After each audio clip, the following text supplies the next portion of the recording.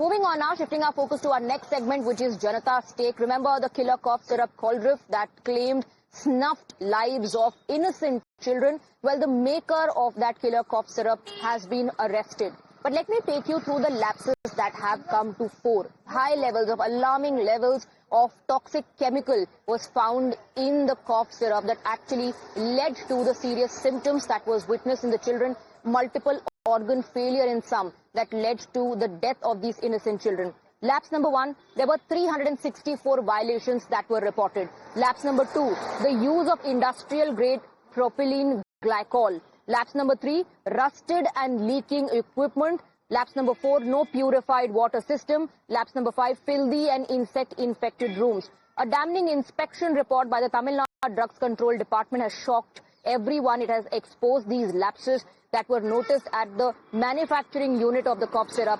This is a 26-page report that details 364 violations and others that I just pointed out. The findings raise serious questions about regulatory oversight and manufacturing practices at the facility. But is it about just this one cough syrup, or is it, the larger picture is about strict regulation when it comes to such killer drugs, about these incidents of drug adulteration? We asked that question to the Janata and this is how you responded. Let's take a look.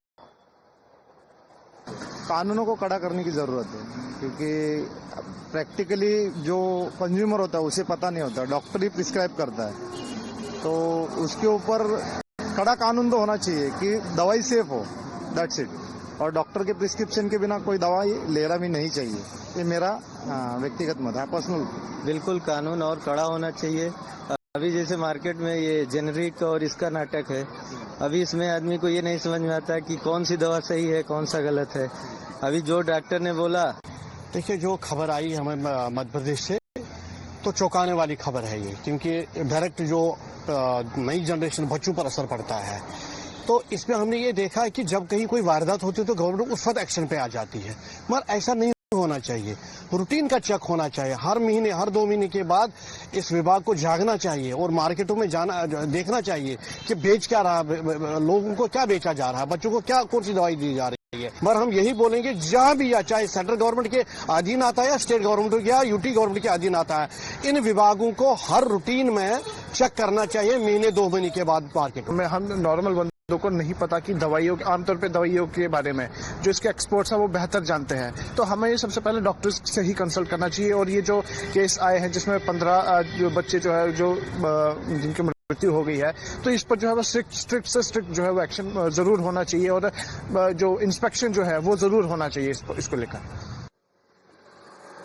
And with that, we're slipping into a very short break, but stay tuned to Times Now, because coming up on the other side is Election Yatra, the Bihar edition, where we take you today to Hajipur, which is the largest city in Vaishali district. And of course, it's known for its sweet bananas, the Chinia variety, and it's associated with the legacy of Ram Vilas Paswan. Stay tuned.